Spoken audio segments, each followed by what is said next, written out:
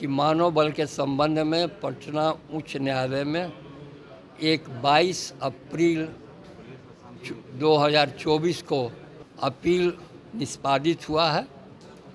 उसके खिलाफ हम लोग को सुप्रीम कोर्ट जाना है। सुप्रीम कोर्ट जा रहे हैं। हम लोग का जो मामला हाई कोर्ट में था, मानव बल की सेवा को नियमित करने के लिए प्रगतिशील विद्युत संघर्ष मोर्चा के द्वारा एक अहम बैठक की गई। बैठक में संघर्ष मोर्चा के सैकड़ों नेतागण शामिल हुए और एक विशेष बैठक में कई मुद्दों पर लेकर चर्चा की गई। इसके साथ ही इस पूरे मामले को लेकर के जानकारी देते हुए संघर्ष मोर्चा के संस्थापक महेश कुमार सिन्हा ने क्या कुछ कहा, आइए सुनाते हैं। यह प्रगतिशील विद्युत कर्मी संयुक्त संघर्ष मोर्चा के सामान्य परिषद की विस्तारित बैठक है। इसमें आप देख रहे हैं राज्य के विभिन्न क्षेत्रों से जो प्रतिनिधि सामान्य परिषद के सदस्य हैं वो लोग उपस्थित हैं। विचारणीय विषय है कि मानव बल के संबंध में पटना उच्च न्यायालय में एक 22 अप्रैल 2024 को अपील निष्पादित हुआ है। उसके खिलाफ हम लोग को सुप्रीम कोर्ट जाना है। उस निर्णय के खिलाफ उस पर विचार करना है। दूसरा है कि 11 फरवरी 16 को जो हड़ताल हुआ था उसमें समझौता, उसके हड़ताल में बहुत लोगों को सेवा से अलग कर दिया गया था, बहुत लोगों पर मुकदमा हुआ था। तो उन लोगों के संबंध में जो समझौता हुआ था उसका अनुपालन करना है।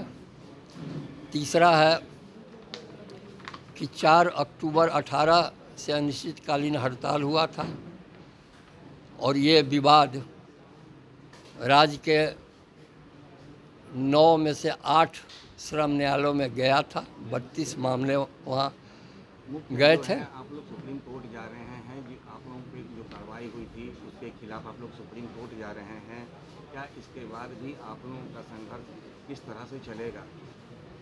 सुप्रीम कोर्ट जा रहे हैं। हम लोग का जो मामला हाई कोर्ट में था मानव बल की सेवा को नियमित करने के लिए, तो जो हाई कोर्ट का निर्णय आया है दूसरे तरह का निर्णय आया है, इसीलिए उस पर जाना सुप्रीम कोर्ट में। चूँकि हाल में सुप्रीम कोर्ट में का जजमेंट 12 मार्च को आया है कि आप परमानेंट नेचर के जॉब पर केवल उसका हक डिनाई करने के लिए उसको कॉन्ट्रैक्ट लेबर एक्ट के अंतर्गत नहीं रख सकते हैं।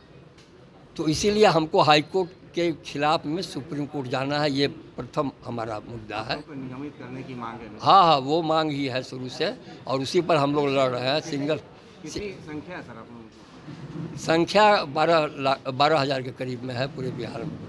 सरकार के क्यों नहीं नियमित कर रही है? आप मांग कर रहे थे, सरकार नियमित क्यों नहीं कर रही है? ना सरकार का ही मामला नहीं ना है सर, ये विद्युत कंपनी का है जो स्वतंत्र रहा।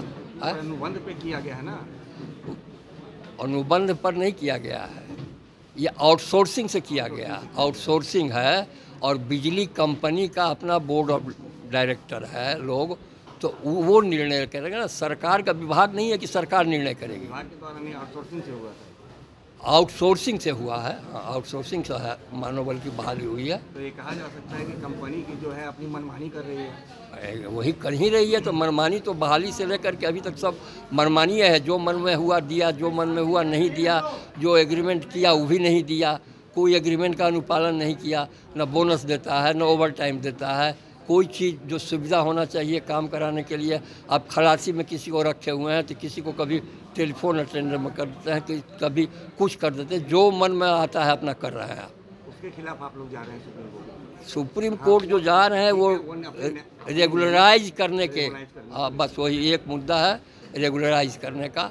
और सब जो डिमांड है, डिमांड दिए हुए हैं 11 सूत्री प्रबंधन को, उस पर कार्रवाई करने के लिए।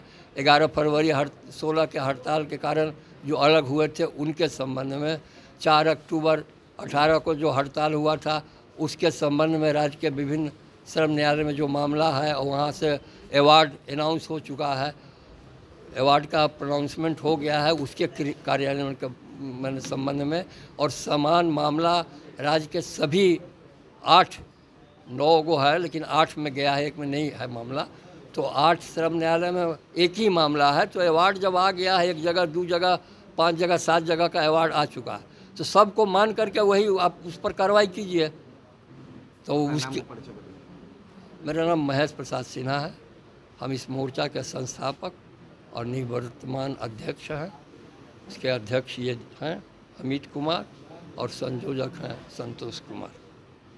जैसा कि आपने सुना, महेश कुमार सिन्हा ने बताया है कि आउटसोर्सिंग के माध्यम से लगभग 12,000 लोगों की बहाली की गई थी, जिसमें से कुछ लोगों की छटनी भी कर दी गई थी। और जबकि इन लोगों की मांग थी कि सभी आउटसोर्सिंग के माध्यम से बहाल कर्मियों को अस्थायी किया जाए, लेकिन ऐसा नहीं किए जाने के बाद इन लोगों ने हाई कोर्ट का शरण लिया और हाई कोर्ट से जब इनके पक्ष में फैसला नहीं आया तो उस पर अब सुप्रीम कोर्ट जाने की तैयारी में जुटे हैं। इस तैयारी को लेकर के ही संघर्ष मोर्चा के द्वारा एक अहम बैठक की गई है। दर्श न्यूज के लिए ज्ञानेंद्र की रिपोर्ट।